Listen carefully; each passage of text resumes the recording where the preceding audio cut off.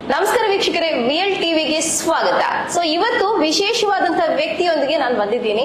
ಬಹಳಷ್ಟು ಕುತೂಹಲಕಾರಿ ಸಂಗತಿಯೊಂದಿಗೆ, ವಿಚಾರಗಳೊಂದಿಗೆ. ಹೇಗಂತ ಹೇಳಿದ್ರೆ ಹುಟ್ಟು ಹಾಕುವುದು ಸುಲಭ, ಅದನ್ನ ಮುಂದುವರಿಸಿಕೊಂಡು ಆ ಹುಟ್ಟು ಹಾಕಿದಂತಹ ರೀತಿಗೆ ತಾನೇ ಒಂದು ವಿಶೇಷ ಸ್ಥಾನಮಾನವನ್ನ ಗಿಟ್ಟಿಸಿಕೊಳ್ಳುವುದು ಬಹಳಷ್ಟು ಕಷ್ಟ. ಏನಪ್ಪ ಒಗ್ಗಟ್ಟಾಗಿ ಮಾತಾಡ್ತಿದ್ದಾಳೆ ಅಂತ ಅನ್ಕೊಂಡಿದೀರಾ? ಸೊ ಏನೋ ಚಿಂತೆ ಮಾಡಬೇಡಿ, ಬೇರೇನೂ ಅಲ್ಲ. ಸೊ ಮಂಗಳೂರಿನಲ್ಲಿ ಮೂಡ, ಪುತ್ತೂರಿನಲ್ಲಿ ಕೂಡ ಅದೇ ರೀತಿ ಈಗ ಹೊಸತಾದಂತಹ ಒಂದು ನಗರಾಭಿವೃದ್ಧಿ ಒಂದು ಸಹಕಾರಿ ಪ್ರಾಧಿಕಾರ ಸಂಸ್ಥೆ ಉಟ್ಕೊಂಡಿದೆ. ಅದೇ ಸೂಡ ಅಂದ್ರೆ ಸುಳ್ಯ.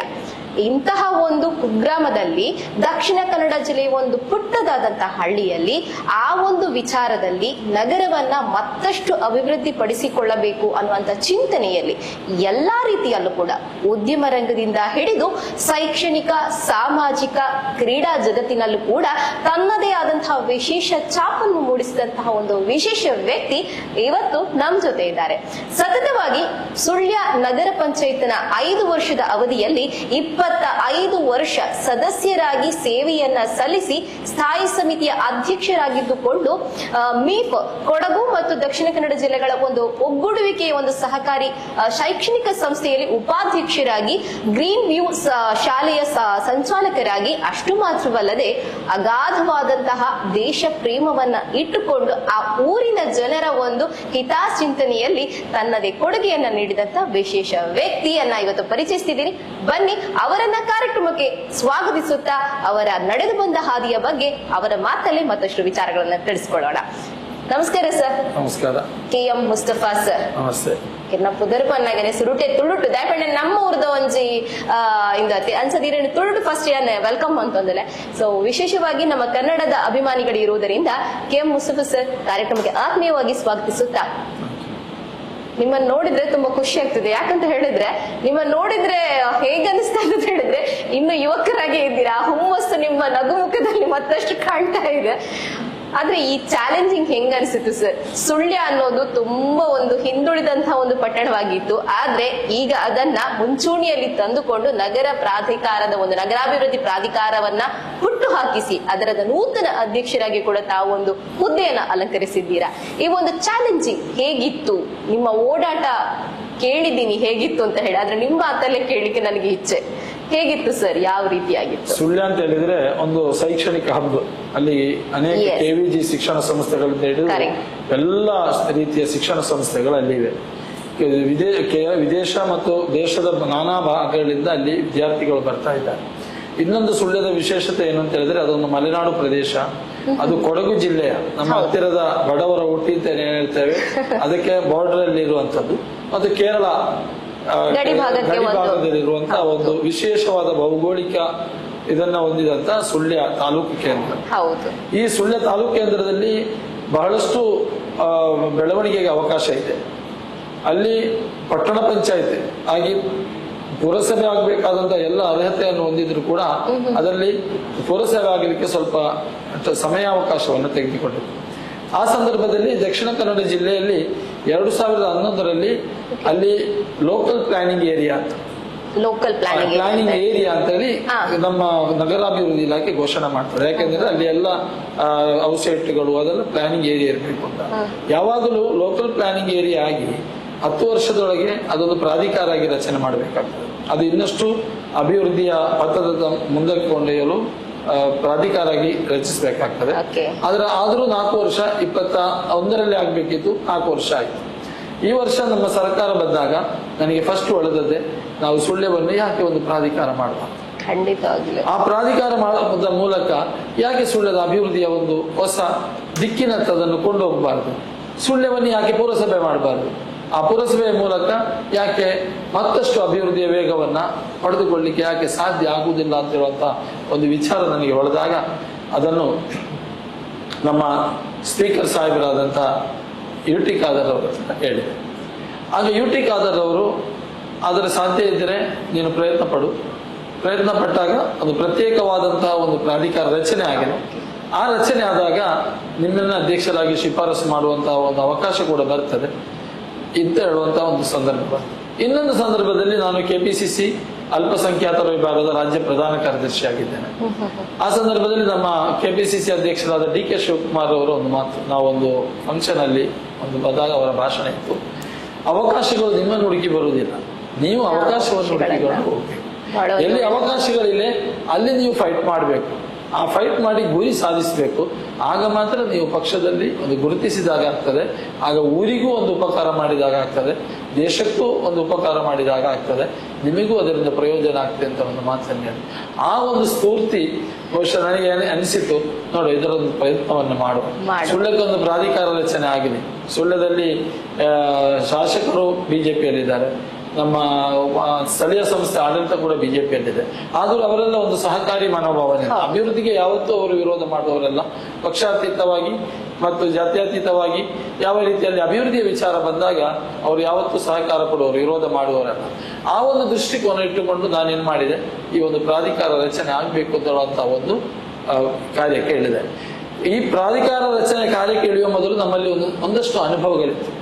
ಸ್ಥಳೀಯ ಸಂಸ್ಥೆಗಳು ನೀವು ಹೇಳಿದಾಗೆ 5 ಅವಧಿಯಲ್ಲಿ 25 ವರ್ಷಗಳ ಒಂದು ಕೌನ್ಸಿಲರ್ ಆಗಿ ಸೇವೆ ಸಲ್ಲಿಸುವಂತ ಒಂದು ಅವಕಾಶ ಇತ್ತು. ಜಿಲ್ಲಾ ಯೋಜನಾ ಸಮಿತಿ ಸದಸ್ಯರಾಗಿ ಸೇವೆ ಸಲ್ಲಿಸುವಂತಹ ಅವಕಾಶ ಇತ್ತು.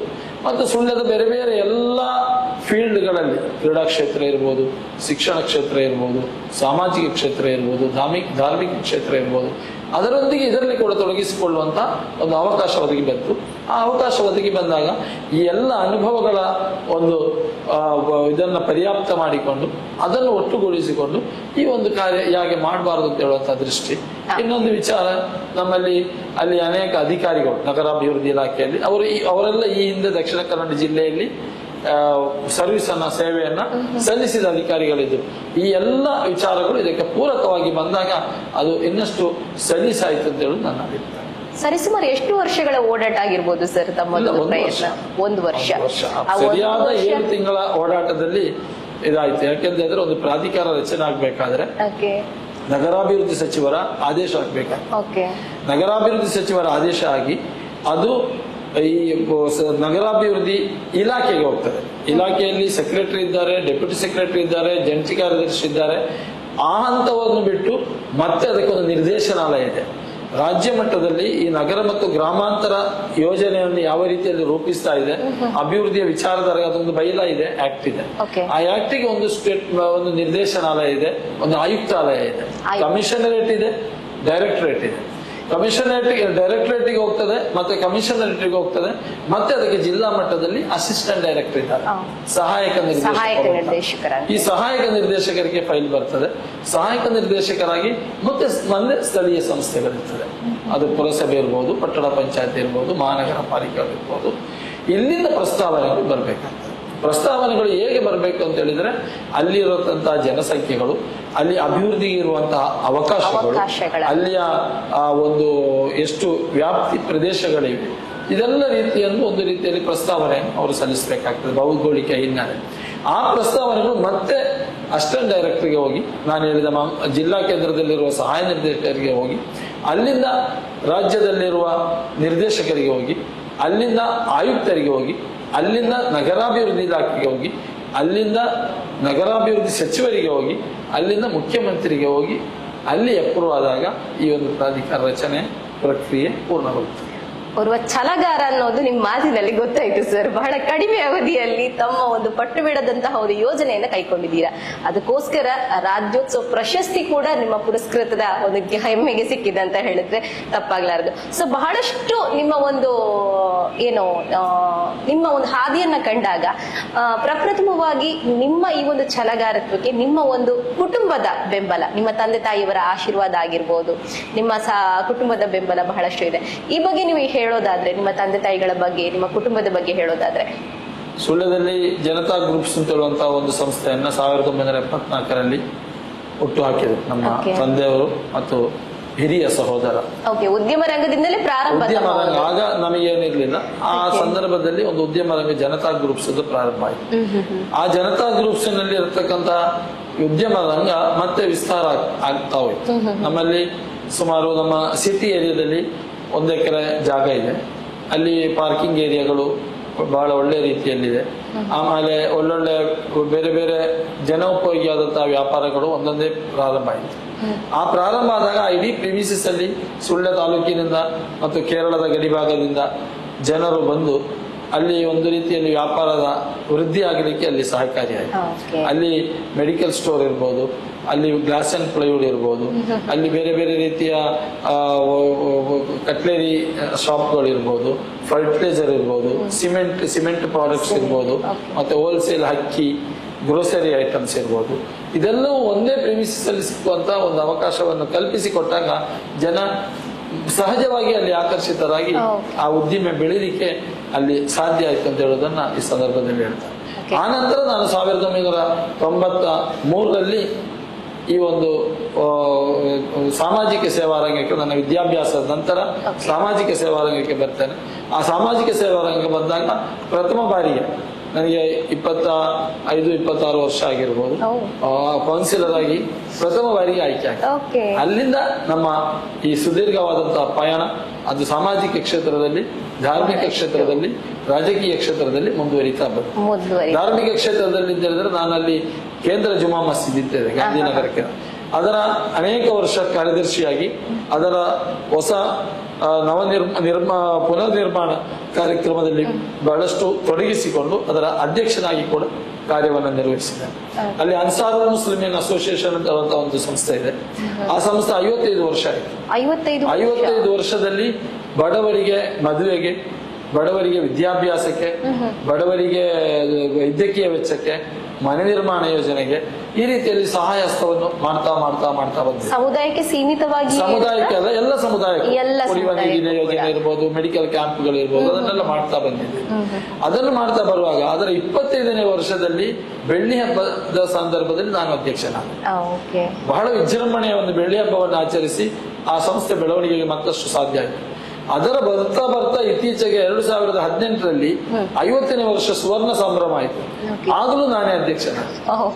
25 ವರ್ಷದ ನಂತರ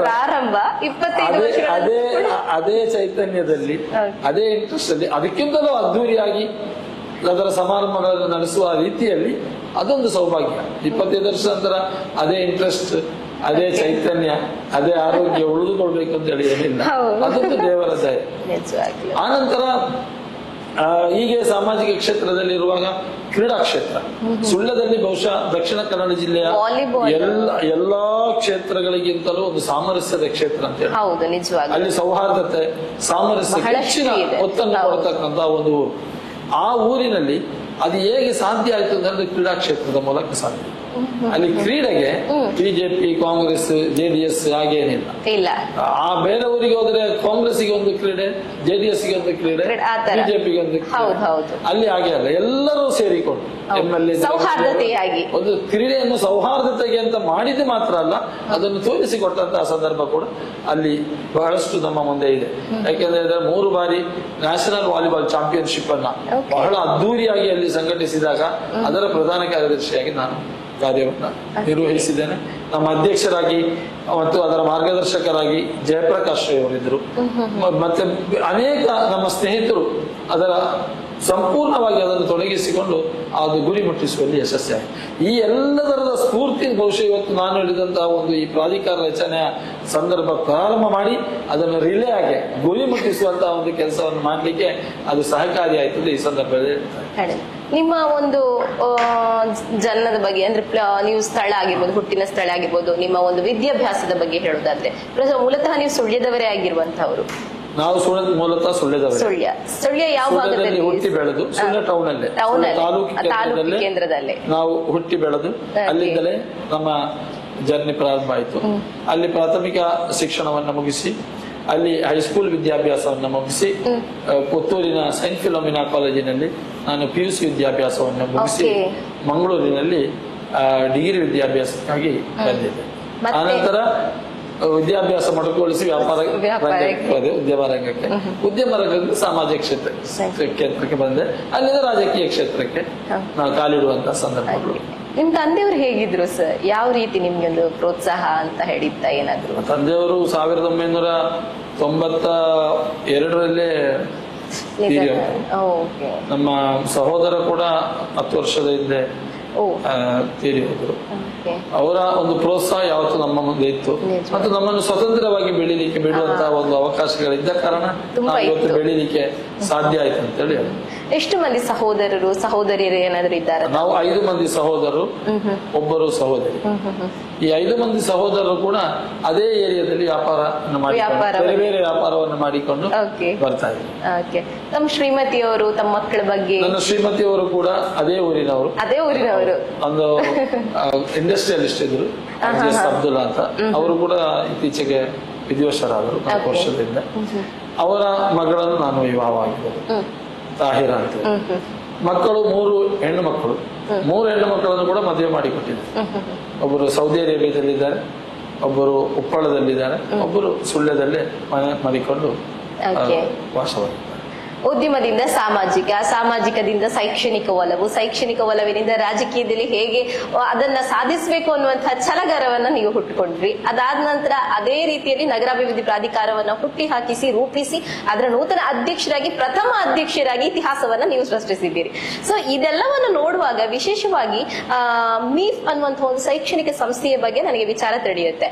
ಕೊಡಗು ಮತ್ತು ದಕ್ಷಿಣ ಕನ್ನಡ ಜಿಲ್ಲೆಗಳ ಉಡುಪಿ ಇವೆಲ್ಲವನ್ನು ಒಟ್ಟುಗೂಡಿಸಿಕೊಂಡು ಈ ಮೀಫ್ ಸಂಸ್ಥೆಯ ಬಗ್ಗೆ ನಮ್ಗೆ ಬ್ರೀಫ್ ಆಗಿ ಒಂದು ಏನಾದ್ರೂ ವಿಚಾರ ಹೇಳಿದ್ರೆ ಯಾವ ತರದ ಶೈಕ್ಷಣಿಕ ಸಂಸ್ಥೆ, ಯಾವ ವಿಚಾರವಾಗಿ ಇದನ್ನು ಹುಟ್ಟಿ ಹಾಕಿದ್ದು?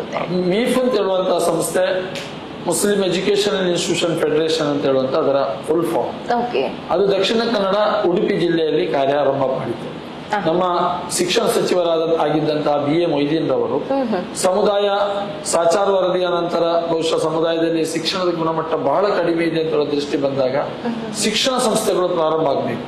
ಶಿಕ್ಷಣ ಸಂಸ್ಥೆಗಳ ಮೂಲಕ ಹಳ್ಳಿಯಲ್ಲಿರತಕ್ಕಂಥ ಸಮಾಜ ಬಾಂಧವರು, ಇನ್ನಿತರ ಸಮುದಾಯದವರು ಒಳಗೊಂಡಂತಹ ಒಂದು ಶಿಕ್ಷಣ ಸಂಸ್ಥೆಗಳು ಆ ಊರಿನಲ್ಲಿ ಬಂದಾಗ ಆ ಊರು ಅಭಿವೃದ್ಧಿ ಆಗ್ತದೆ ಮತ್ತು ನಮ್ಮ ಮಕ್ಕಳಿಗೆ ಭವಿಷ್ಯ ರೂಪಿಸಲಿಕ್ಕೆ ಸಾಧ್ಯ ಆಗ್ತದೆ ದೃಷ್ಟಿಯಲ್ಲಿ ನಮ್ಮ ಇಡೀ ದಕ್ಷಿಣ ಕನ್ನಡ ಉಡುಪಿ ಜಿಲ್ಲೆಯಲ್ಲಿ 180 ಶಿಕ್ಷಣ ಸಂಸ್ಥೆಗಳು ಪ್ರಾರಂಭಗೊಂಡು ಅವರ ಪ್ರೇರೇಪಣೆ 180 ಶಿಕ್ಷಣ ಸಂಸ್ಥೆಗಳಲ್ಲಿ 60,000 ವಿದ್ಯಾರ್ಥಿಗಳು, 6,000 ಟೀಚರ್ಸ್. 6,000 ಈಗಲೂ ಅದು ನಡೀತಾ ಇದೆ. ಅಂದ್ರೆ ಈ ಒಕ್ಕೂಟಕ್ಕೆ ಅಫಿಲಿಯೇಟ್ ಆಗಿರುವಂತದ್ದು, ಒಕ್ಕೂಟ ಸ್ಥಾಪನೆ ಮಾಡಿರುವಂತದ್ದಲ್ಲ, ಈ ಒಕ್ಕೂಟದ ಬೆಂಬಲದೊಂದಿಗೆ ಸ್ಥಾಪನೆಗೊಂಡ ಮತ್ತು ಒಕ್ಕೂಟದ ಬೆಂಬಲದೊಂದಿಗೆ ಮುನ್ನಡೆಸುತ್ತಿರುವುದು. ಅದನ್ನು ಕೆಲವು ಮಸೀದಿ ಮದರಸಗಳ ಆಡಳಿತ ಸಮಿತಿ ಇರ್ಬೋದು, ಕೆಲವು ಸ್ವಂತ ಟ್ರಸ್ಟಿಗಳು ಇರ್ಬೋದು, ಇದನ್ನು ಮುನ್ನಡೆಸ್ತಾ ಬರ್ತಾ ಇದ್ದಾರೆ. ಅವರಿಗೆ ಮಾರ್ಗದರ್ಶನ ಮಾಡುವಂತದ್ದು ಮೀಫಿನ ಕೆಲಸ. ಮೀಫಿನ ಈ ಕೆಲಸ ಕಾರ್ಯಗಳನ್ನು ನೋಡಿ ಇತ್ತೀಚೆಗೆ ಕೊಡಗು ಜಿಲ್ಲೆಯವರು ನಮ್ಮನ್ನು ಬಂದು ಕೇಳಿಕೊಂಡ್ರು, ನಮ್ಮ ಕೊಡಗಿಗೂ ವಿಸ್ತರಣೆ ಮಾಡಬೇಕು ಅಂತ. ಅಲ್ಲಿ ಕೂಡ ಸುಮಾರು 48 ಶಿಕ್ಷಣ ಸಂಸ್ಥೆಗಳಿವೆ. ಅಲ್ಲಿಗೂ ಕೊಡಗಿಗೂ ಇದನ್ನ ವಿಸ್ತರಣೆ ಮಾಡಿದಾಗ ದಕ್ಷಿಣ ಕನ್ನಡ, ಉಡುಪಿ ಮತ್ತು ಕೊಡಗು ಜಿಲ್ಲೆಗಳ ಒಕ್ಕೂಟ ಆಯಿತು. ಅದರಲ್ಲಿ ನಾನು ಉಪಾಧ್ಯಕ್ಷನಾಗಿ ಕಾರ್ಯವನ್ನ ನಿರ್ವಹಿಸ್ತಾರೆ. ಅದರ ಕೆಲಸ ಕಾರ್ಯಗಳು ಹೇಗಿರುತ್ತದೆ ಅಂತ ಹೇಳಿದ್ರೆ, ಸುಮಾರು 20 ವರ್ಷದಿಂದ ಶಿಕ್ಷಣ ಸಂಸ್ಥೆಗಳು ಪ್ರಾರಂಭವಾಗಿ ಈಗಿನ ಜನರೇಷನ್ ಬೇರೆ ಇದೆ, ಯೋಚನೆಗಳೇ ಬೇರೆ ಇದೆ, ಈಗಿನ ಜನರೇಷನ್ನೇ ಬೇರೆ ಇದೆ, ಈಗಿನ ಅಭಿವೃದ್ಧಿಗಳೇ ಬೇರೆ, ಚಿಂತನೆಗಳೇ ಬೇರೆ. ಅದನ್ನು ಇಲ್ಲಿಗೆ ಅಪ್ಡೇಟ್ ಮಾಡದೆ ಹೋದ್ರೆ ಅನೇಕ ಶಾಲೆಗಳು ಕೋವಿಡ್ ನಂತರ ಬಹಳ ತೀವ್ರವಾದ ಆರ್ಥಿಕ ಸಂಕಷ್ಟದಲ್ಲಿ ಬಂದಾಗುವಂತಹ ಸಂದರ್ಭಗಳು ಬಂದಾಗ ಮೀಫ್ ಸಂಸ್ಥೆ ಅದರ ಪರಿಪೂರ್ಣವಾದಂತಹ ಒಂದು ಜವಾಬ್ದಾರಿಯನ್ನು ವಹಿಸಿಕೊಂಡು ನಿರಂತರವಾಗಿ ಗಾಳಿಗೆ ಚಕ್ರ ಕೊಟ್ಟಿಕೊಂಡು ವರ್ಷದಲ್ಲಿ 90 ರಿಂದ 95 ಕಾರ್ಯಕ್ರಮಗಳನ್ನ ಸಂಘಟಿಸಿ ಆ ಸಂಸ್ಥೆಗಳ ಬೆಳವಣಿಗೆಗೆ ಒಂದು ಪೂರಕ ವಾತಾವರಣವನ್ನ ನಿರ್ಮಿಸಲಿಕ್ಕೆ ಸಾಧ್ಯ ಆಯಿತು. ಅದು ಹೇಗೆ ಸಾಧ್ಯ ಆಯ್ತು ಅಂತ ಹೇಳಿದ್ರೆ, LKG UKG ಅಲ್ಲಿ ಇರತಕ್ಕಂಥ ಟೀಚರ್ಸ್ ಆ ಕಾಲದಲ್ಲಿ ಟ್ರೈನಿಂಗ್ ಆದವರು, ಅವರನ್ನು ಅಪ್ಡೇಟ್ ಮಾಡಬೇಕಾದ್ರೆ ಈ ಏನಪ್ಪ ಸ್ಕೂಲ್ ಆಫ್ ಸ್ಟಡೀಸ್ ಅಂತ ಹೇಳುವಂತಹ ಒಂದು ನರ್ಸರಿ ಟೀಚರ್ಸ್ ಒಂದು ಟೀಮ್ ಇದೆ. ಆ ಟೀಮ್ ಮೂಲಕ ಈ ಮಾಂಟೆಸರಿ ಟೀಚರ್ಸ್ ಟ್ರೈನಿಂಗ್, ಈ 180 ಸ್ಕೂಲಲ್ಲಿ ಏನು ಮಾಂಟೆಸರಿ ಟೀಚರ್ಸ್ ಇದ್ದಾರೆ ಅವರಿಗೆ ಒಂದು ಟ್ರೈನಿಂಗ್ ಮಾಡುವ ಕೆಲಸವನ್ನು ವರ್ಷದಲ್ಲಿ 4-5 ಬಾರಿ ಈ ಸಂಸ್ಥೆ ಮೀಫ್ ಸಂಸ್ಥೆ ಹಮ್ಮಿಕೊಳ್ತದೆ. ಆನಂತರ ಈ ಟೀಚರ್ಸ್, ಸಬ್ಜೆಕ್ಟ್ ಟೀಚರ್ಸ್ SSLC ಅಲ್ಲಿ ದಕ್ಷಿಣ ಕನ್ನಡ ಜಿಲ್ಲೆ ಬಹಳ ಹಿಂದೆ. ಈ ಸಂದರ್ಭದಲ್ಲಿ ದಕ್ಷಿಣ ಕನ್ನಡ ಜಿಲ್ಲೆಯಲ್ಲಿ SSLC ರಿಸಲ್ಟ್ ಒಳ್ಳೇದು ಬರಬೇಕು ಅಂತ ಹೇಳೋ ದೃಷ್ಟಿಯಲ್ಲಿ ಸಬ್ಜೆಕ್ಟ್ ಟೀಚರ್ಸ್, ಸೈನ್ಸ್, ಇಂಗ್ಲಿಷ್ ಮತ್ತು ಇದು ಸೋಷಿಯಲ್ ಸೈನ್ಸ್, ಈ ಮ್ಯಾಥಮೆಟಿಕ್ಸ್ ಈ ಟೀಚರ್ಸ್ ಗಳನ್ನ ರಾಜ್ಯ ಮಟ್ಟದ ಟ್ರೈನರ್ಸ್ ಗಳಿಂದ ಟ್ರೈನಿಂಗ್ ಮಾಡುವಂತ ಒಂದು ಕೆಲಸ ಕಾರ್ಯವನ್ನು ಮಾಡಿದೆವು. ಅದಕ್ಕೇನಾದ್ರು ಸೆಂಟರ್ ಏನಾದ್ರು ಇದೆ ಸರ್? ಯಾವ ಸರ್? ಅವರನ್ನ ಏನಾದ್ರು ಟ್ರೈನಿಂಗ್ ಮಾಡ್ಲಿಕ್ಕೆ ನಿಮ್ಮ ಮೀಫಲ್ಲೇ ಇದೆ ಅಥವಾ ಬೇರೆ ಕಡೆ? ನಾವು ಬೇರೆ ಬೇರೆ ಶಿಕ್ಷಣ ಸಂಸ್ಥೆಗೆ ನಾವಿಲ್ಲಿ ಏನಪ್ಪ ಇವತ್ತು ಕ್ರಾಶ್ ಕೋರ್ಸ್ ಆಗ್ತಾ ಇದೆ. ನೀಟ್ ಜೆಇ ಕ್ರಾಶ್ ಕೋರ್ಸ್ 45 ದಿನಗಳ ಕ್ರಾಶ್ ಕೋರ್ಸ್. ಅದನ್ನು ನೀವು ಹೊರಗೆ ಮಾಡುದಿದ್ರೆ 50,000 1 ಲಕ್ಷ ರೂಪಾಯಿ ಕೆಲವು ಎಜುಕೇಶನ್ ಸೆಂಟರ್ ನಮಗೆ ಪ್ರೆಸಿಡೆನ್ಸಿ ಯೂನಿವರ್ಸಿಟಿ ಅವರು ಹೆಲ್ಪ್ ಮಾಡ್ತಾರೆ, ಇಲ್ಲಿ ಪ್ರೆಸ್ಟೀಜಿನವರು ಹೆಲ್ಪ್ ಮಾಡ್ತಾರೆ, ಇಲ್ಲಿ ಬರಾಕದವರು ಹೆಲ್ಪ್ ಮಾಡ್ತಾರೆ, ಕಾಪುನಲ್ಲಿ ಕ್ರೆಸೆಂಟ್ನವರು ಹೆಲ್ಪ್ ಮಾಡ್ತಾರೆ, ಆಳ್ವಾಸನವರು ಹೆಲ್ಪ್ ಮಾಡ್ತಾರೆ. ಈ ರೀತಿಯಲ್ಲಿ ಬೇರೆ ಬೇರೆ ಶಿಕ್ಷಣ ಸಂಸ್ಥೆಗಳು ನಮಗೆ ಸೌಲಭ್ಯವನ್ನ ಕಲ್ಪಿಸಿಕೊಡ್ತದೆ. ಅದಕ್ಕೆ ವಾತಾವರಣ ನಿರ್ಮಿಸಿದಾಗ ಅದಕ್ಕೆ ಬೇಕಾದ ಮತ್ತೆ ಕೆಲವು ವಾರ್ಷಿಕವಾದಂತ ನಾವು ಏನು ಅವಾರ್ಡ್ಗಳನ್ನು ಕೊಡ್ತೇವೆ ಅದನ್ನು ಬೇರೆ ಹೊರಗಿನ ದೊಡ್ಡ ಹಾಲ್ಗಳಲ್ಲಿ ಮಾಡಿಕೊಂಡು ಅಲ್ಲಿ ನಾವು ಸಚಿವರುಗಳನ್ನ ಅವ್ರನ್ನ ಕರೆಸಿ ವಾರ್ಷಿಕವಾದಂತಹ ಇದು ಮಾಡ್ತೇವೆ. ಒಟ್ಟಿನಲ್ಲಿ ವಿದ್ಯಾರ್ಥಿಗಳ ಬೆಳವಣಿಗೆಗೆ, ಒಟ್ಟಿನಲ್ಲಿ ಟೀಚರ್ಸ್ಗಳ ಬೆಳವಣಿಗೆಗೆ, ಒಟ್ಟಿನಲ್ಲಿ ಪೇರೆಂಟ್ಸ್ಗಳ ಬೆಳವಣಿಗೆಗೆ, ಒಟ್ಟಿನಲ್ಲಿ ಆ ಶಾಲೆಯ ಮೂಲಭೂತ ಸೌಕರ್ಯ ಅಭಿವೃದ್ಧಿಯ ಬೆಳವಣಿಗೆಗೆ ಒಂದು ರೀತಿಯಲ್ಲಿ ಹೊಸ ವಾತಾವರಣವನ್ನು ಸೃಷ್ಟಿಸಿ ಮತ್ತು ಸರ್ಕಾರದ ಸಮಸ್ಯೆಗಳು ಅನೇಕ ಸಮಸ್ಯೆಗಳನ್ನು ಇವತ್ತು ಯಾರು ಈ ಶಿಕ್ಷಣ ಸಮಸ್ಯೆಗಳು ಎದುರಿಸ್ತಾ ಇದೆ ಅದನ್ನ ನಮ್ಮ ಯುಟಿ ಖಾದರ್ ಸಾಹೇಬರು ಸ್ಪೀಕರ್ ಸಾಹೇಬರ ಚೇಂಬರ್ ನಲ್ಲಿ ಪ್ರಥಮ ಬಾರಿಗೆ ನಾವು ಮೀಫ್ ಹೇಳುವಂತಹ ಶೈಕ್ಷಣಿಕ ಒಕ್ಕೂಟ ಒಂದು ಸಭೆಯನ್ನು ನಡೆಸಿ ಆ ಸಭೆಯಲ್ಲಿ ಅನೇಕ ಮಧು ಬಂಗಾರಪ್ಪ ಇದ್ರು, ಸೆಕ್ರೆಟರಿ ಇದ್ರು, ಎಲ್ಲ ಶಿಕ್ಷಣ ಸಚಿವರಿದ್ರು. ನಾವು ಅನೇಕ ಸಮಸ್ಯೆಗಳನ್ನು ಮುಂದಿಟ್ಟಾಗ ಅದರಲ್ಲಿ 16 ಸಮಸ್ಯೆಗಳಲ್ಲಿ ಸುಮಾರು 7ರಿಂದ 8 ಸಮಸ್ಯೆಗಳು ಇವತ್ತು ಬಗೆಹರಿದಿವೆ. ಈ ರೀತಿಯಲ್ಲಿ ಸಮಸ್ಯೆಗಳನ್ನು ಸರ್ಕಾರಕ್ಕೆ ತೆಗೆದುಕೊಂಡು ಒಂದು ಸುವರ್ಣ ಸೇತುವಾಗಿ. ಮತ್ತು ಇನ್ನೊಂದು ವಿಚಾರ ಇತ್ತು, ಈ ನಮ್ಮ ಸಮುದಾಯದಲ್ಲಿ ದೊಡ್ಡ ದೊಡ್ಡ ಪ್ರೆಸಿಡೆನ್ಸಿ ಏನಪ್ಪಯ ಇಂಥ ಯೂನಿವರ್ಸಿಟಿಗಳು ಬಹಳಷ್ಟಿದೆ. ಒಂದು ಕಡೆ ದೊಡ್ಡ ದೊಡ್ಡ ಶ್ರೀಮಂತ ಇರುವಂತಹ ಶಿಕ್ಷಣ ಸಂಸ್ಥೆಗಳು ಐಫೈ, ಇನ್ನೊಂದು ಬಡ ಶಿಕ್ಷಣ ಸಂಸ್ಥೆ. ಇದರ ಮಧ್ಯೆ ಒಂದು ಕಾಂಬಿನೇಷನ್ಸ್ ಇರಲಿಲ್ಲ, ಒಂದು ತುಂಬಾ ಅಂತರ ಇತ್ತು. ಯಾಕಂದ್ರೆ ಅಲ್ಲಿ ಬಡ ವಿದ್ಯಾರ್ಥಿಗಳು ಕಲಿತಾರೆ, ಅವರಿಗೆ ಪ್ರತಿಭಾನ್ವಿತ ವಿದ್ಯಾರ್ಥಿಗಳಿಗೆ ಅದು ಸರ್ಕಾರಿ ಶಾಲೆಯಲ್ಲಿ ಇರ್ಬೋದು, ಅವರಿಗೆ ಇಂಥ ಕಾಲೇಜುಗಳಿಗೆ ಸೇರ್ಬೇಕಾದ್ರೆ ಎಷ್ಟು ದುಡ್ಡು ಬೇಕು, ತುಂಬಾ ಕಷ್ಟ ಇದೆ. ಅವರಿಗೆ ಪ್ರೆಸಿಡೆನ್ಸಿ ಸೇರ್ಬೇಕಾದ್ರೆ ತುಂಬಾ ಕಷ್ಟ ಇದೆ. ಹಾಗೆ ನಾವು ಈ ಮ್ಯಾನೇಜ್ಮೆಂಟ್ ಅನ್ನ ಸಂಪರ್ಕ ಮಾಡಿ ಅವರಿಗೆ PUC ಅಲ್ಲಿ ಈಗ ಏನಪ್ಪದವರು ಪ್ರತಿ ವರ್ಷ PUC ಸೈನ್ಸ್ ಅಲ್ಲಿ ನಮ್ಮ 180 ಸ್ಕೂಲಲ್ಲಿ ಒಬ್ಬರು ಟಾಪರಿಗೆ ಇಲ್ಲಿ ಫ್ರೀ ಎಜುಕೇಶನ್ ಕೊಡ್ತಾರೆ. ಫಸ್ಟ್ PUC ಸೆಕೆಂಡ್ PUC ದೂರದಿಂದ ಬರುವವರಿಗೆ ಹಾಸ್ಟೆಲ್ ಕೂಡ ಕೊಡ್ತಾರೆ. ಆಲೋಚನೆ ಮಾಡಿ, 1 ಲಕ್ಷ ಇಟ್ಟರು ಕೂಡ 100 ವಿದ್ಯಾರ್ಥಿಗಳು ಸೇರಿದ್ರೆ 1 ಕೋಟಿ ರೂಪಾಯಿ ಈ ಸಂಸ್ಥೆ ನಮಗೆ ನೀಡಿದಾಗಾಯ್ತು. ಅದಕ್ಕೆ ಕಾರಣಕರ್ತರ ಮೀಫ್. ಇದೇ ರೀತಿಯಲ್ಲಿ ನೀಟ್ ನಾನು ಹೇಳಿದೆ ಈಗ ಕ್ರಾಶ್ ಕೋರ್ಸ್ ಮಾಡಿ, ಆಮೇಲೆ IAS IPS ಕೋಚಿಂಗ್ ಬಗ್ಗೆ ನಾವು 8ನೇ ಕ್ಲಾಸಿಂದಲೇ 8ನೇ ತರಗತಿಯಿಂದಲೇ ಅವರಿಗೆ ಒಂದು ಅವರನ್ನು ಪಿಕ್ ಮಾಡಿ ಅವರನ್ನು ಆಗಿಂದಲೇ ಅದನ್ನು ಟ್ರೈನ್ ಮಾಡುವಂತಹ ಒಂದು ಕೆಲಸವನ್ನ ಮಾಡಲಿಕ್ಕೆ ಬೇಕಾಗಿ IAS IPS ಮತ್ತು ಸ್ಪರ್ಧಾತ್ಮಕ ಪರೀಕ್ಷೆಗಳಿಗೆ ಅವರನ್ನು ತಯಾರು ಕೂಡ. ಇದರಿಂದಾಗಿ SSLCಯಲ್ಲಿ 62% ವಿದ್ಯಾರ್ಥಿಗಳಿಗೆ ಪ್ರೇರಣಾ ಶಿಬಿರಗಳನ್ನು ಮಾಡ್ತಾರೆ. ನಮ್ಮ ಅನೇಕ ಒಳ್ಳೊಳ್ಳೆಯ ಮೋಟಿವೇಶನ್ ಕ್ಲಾಸ್ ಮಾಡುವವರು ಮತ್ತು ಸಬ್ಜೆಕ್ಟ್ ಯಾವುದೆಲ್ಲ ಬರ್ತದೆ ಜಸ್ಟ್ ಪಾಸಿಂಗ್ ಇದು ಮಾಡ್ತಾರೆ. 62% ಇದ್ದ ರಿಸಲ್ಟ್ ಈಗ 98% ಬಂದಿದೆ. ಅದು ಮೀಫಿನ ಒಂದು ಸಾಧನೆ ಅಂತ ಹೇಳುದು. ಇದನ್ನೆಲ್ಲ ಮನಗೊಂಡು ಕರ್ನಾಟಕ ಸರ್ಕಾರವು ಕರ್ನಾಟಕ ರಾಜ್ಯೋತ್ಸವ ರಾಜ್ಯ ಪ್ರಶಸ್ತಿಯನ್ನ ಕಳೆದ 2 ವರ್ಷಗಳ ಹಿಂದೆ ಮೀಫ್ ಸಂಸ್ಥೆಗೆ ನೀಡಿದೆ. ಓಕೆ, ಸೊ ಮೀಫ್ ಅನ್ನೋದು ಒಂದು ಬೃಹದಾಕಾರ ಶಿಕ್ಷಣದ ಒಂದು ಅಭಿವೃದ್ಧಿ, ಮಕ್ಕಳ ಒಂದು ಏಳಿಗೆ, ಉಜ್ವಲ ಭವಿಷ್ಯಕ್ಕೆ ಚಿಂತನೆ, ಅದರ ಜೊತೆಗೆ ಅವರ ಹೆತ್ತವರಾಗಿರ್ಬೋದು ಶಿಕ್ಷಕರಿಗೂ ಕೂಡ ಉತ್ತಮವಾದಂತಹ ಒಂದು ನೆಲೆಯಲ್ಲಿ ಭವಿಷ್ಯವನ್ನು ರೂಪಿಸುವಲ್ಲಿ ಅದು ಒಂದು ಸಹಕಾರಿ ಅಂತ ಹೇಳಿ ಹೇಳ್ಬಹುದು. ಸೊ ಮೀಫ್ ಅಲ್ಲಿ ಹಾಗಾದ್ರೆ ಹಲವಾರು ಯೋಜನೆಗಳು ಇನ್ನೂ ಕೂಡ ಜಾರಿ ಬರ್ಲಿಕ್ಕೆ ಇದೆ ಅಂತ ಹೇಳಿ ಹೇಳ್ಬಹುದು, ಸರ್ಕಾರದ ಮಟ್ಟಿನಲ್ಲಿ ಕೂಡ. ಸೊ ಎಲ್ಲ ಯೋಜನೆಗಳು ಈಡೇರ್ಲಿ ಅನ್ನೋದು ನಮ್ಮ ಒಂದು ಆಶಯ. ಸೊ ಇನ್ನು ನೋಡೋದಾದ್ರೆ ವೈಯಕ್ತಿಕ ವ್ಯಕ್ತಿತ್ವಕ್ಕೆ ಸಂಬಂಧಿತವಾಗಿ KM ಮುಸ್ತಫಾ ಅವರು ಹೇಗೆ, ಯಾವ ರೀತಿಯ ಒಂದು ವ್ಯಕ್ತಿತ್ವ ಉಳ್ಳವರು? ನಾವು ಯಾರನ್ನು ದ್ವೇಷ ಮಾಡ್ಲಿಕ್ಕಾಗಲಿ ಹೋಗುದಿಲ್ಲ. ಯಾರೊಡನೆಯೂ ಬಹಳ ಮೃದು ಸ್ವಭಾವದಿಂದ ಸೌಮ್ಯ ಸ್ವಭಾವದಿಂದ ಎಲ್ಲರನ್ನ ಗೌರವಿಸಿಕೊಂಡು ಹೋದರೆ ಮಾತ್ರ. ಯಾಕೆಂದ್ರೆ ಪ್ರತಿಯೊಬ್ಬ ಕೂಡ ಈ ಸಮಾಜದಲ್ಲಿ ಬದುಕುವಂಥದ್ದು ಅವನ ಸಮಾಜ ಯಾವ ರಂಗದಲ್ಲಿ ಅವರು ಹೋಗ್ತಾರೆ ಅದು ಅಭಿವೃದ್ಧಿ ಆಗಬೇಕು ಅನ್ನೋದು ದೃಷ್ಟಿ. ನಾವು ಎಲ್ಲರನ್ನೂ ಜೊತೆಗೂಡಿಸಿಕೊಂಡು ಹೋದಾಗ ನಮ್ಮ ಗುರಿ ಮುಟ್ಲಿಕ್ಕೆ ಸಾಧ್ಯ ಆಗ್ತದೆ. ಇವತ್ತು ನಾನು ಪ್ರಾಧಿಕಾರದ ಅಧ್ಯಕ್ಷನಾದಾಗ ನನ್ನನ್ನು ಅಭಿನಂದಿಸಿದವರಲ್ಲಿ ಪಕ್ಷಾತೀತವಾಗಿರುವವರೇ ಹೆಚ್ಚು. ಒಂದು ಪಕ್ಷದ ನೆಲೆಯಲ್ಲಿ ಪಕ್ಷದವರು ನನ್ನನ್ನು ಬಹಳ ಒಳ್ಳೆಯ ಆಯ್ಕೆ ಅಂತ ಹೇಳುವುದನ್ನ ಒಪ್ಪಿಕೊಂಡ್ರು. ಆಮೇಲೆ ಪಕ್ಷಾತೀತವಾಗಿ ಕೂಡ ಒಳ್ಳೆಯ ಆಯ್ಕೆ ಅಂತ ಹೇಳುವುದನ್ನ ಒಪ್ಪಿಕೊಂಡ್ರು. ಇದೆಲ್ಲ ಯಾಕೆ ಬಂತು ಅಂತ ಹೇಳಿದ್ರೆ ನಾವು ಅನುಭವದ ಮೂಲಕ ಪಡ್ಕೊಂಡದ್ದು ಮತ್ತು ಇನ್ನೊಬ್ಬರನ್ನು ಎಲ್ಲರಿಗೆ ಬೆರೆಯುವಾಗ ಸಿಕ್ಕುವಂತ ಆ ಒಂದು ಸೌಂದರ್ಯ ಏನಿದೆ, ಆ ಪ್ರಜಾಪ್ರಭುತ್ವದ ಸೌಂದರ್ಯ ಅಂತ ಏನ್ ಹೇಳ್ತೇವೆ, ಸಂವಿಧಾನದ ಸೌಂದರ್ಯ ಅಂತ ಏನ್ ಹೇಳ್ತೇವೆ, ಮತ್ತು ಆ ಸಮಾಜದ ಸೌಂದರ್ಯ ಅಂತ ಹೇಳ್ತೇವೆ, ಇದೆಲ್ಲವನ್ನು ಜೊತೆಗೂಡಿಸಿಕೊಂಡು ನಮಗೆ ಮುಂದಕ್ಕೆ ಹೋಗ್ಲಿಕ್ಕೆ ಸಾಧ್ಯ ಆಗಿದೆ ಅಂತ ನಾನು ಓಕೆ. ಸೊ ಛಲಗಾರರು ನೀವು, ಕನಸುಗಾರರು ಹೌದು. ಬಹಳಷ್ಟು ಕನಸುಗಳನ್ನ ಈಗೂ ಕೂಡ ಇಟ್ಕೊಂಡಿದ್ದೀರಾ. ಹಾಗಿರುವಾಗ ಸುಳ್ಯ ಅನ್ನುವಂತಹ ಒಂದು ಪಟ್ಟಣವನ್ನ ನಗರಾಭಿವೃದ್ಧಿ ಪ್ರಾಧಿಕಾರವನ್ನಾಗಿ ಮಾಡಿಸಿಕೊಂಡು ಹಲವಾರು ಯೋಜನೆಗಳನ್ನ ಕೈಗೊಂಡಿದೆ. ಇನ್ನಷ್ಟು ಕನಸುಗಳು ಬಾಕಿ ಇದೆ. ಇನ್ನಷ್ಟು ಕನಸುಗಳು ಅದು ದೇವರು ಎಷ್ಟು ನಮ್ಮ ಕೈಯಲ್ಲಿ ಮಾಡಿಸ್ತಾರೆ ಅಂತ ನಮಗೆ ಹೇಳಲಿಕ್ಕೆ ಸಾಧ್ಯ ಇಲ್ಲ. ಯಾಕಂತ ಹೇಳಿದ್ರೆ ಈ ಒಂದು ಪ್ರಾಧಿಕಾರ ರಚನೆ ಆಗಿದೆ. ಇದನ್ನು ಸಣ್ಣ ಅವಧಿಗೆ ಪ್ರಥಮ ಅಧ್ಯಕ್ಷನಾಗಿ ಆಯ್ಕೆ ಆದರೂ ಕೂಡ ಇದನ್ನು ಸೆಟ್ ಮಾಡ್ಬೇಕಾದ್ರೆ ಸ್ವಲ್ಪ ಕೆಲಸ ಇದೆ. ಯಾಕಂದ್ರೆ ಇದರ ಹಂತ ಹಂತವಾಗಿ ಇದು ಬೆಳವಣಿಗೆ ಆಗ್ಬೇಕು. ಹಂತ ಹಂತವಾಗಿ ಬೆಳವಣಿಗೆ ಆದಾಗ ಅದು ಹಂತ ಹಂತವಾಗಿ ಯಾವುದನ್ನು ಒಮ್ಮೆಂದೊಮ್ಮೆಲೆ ಮಾಡ್ಲಿಕ್ಕೆ ಸಾಧ್ಯ ಆಗ್ತದೆ.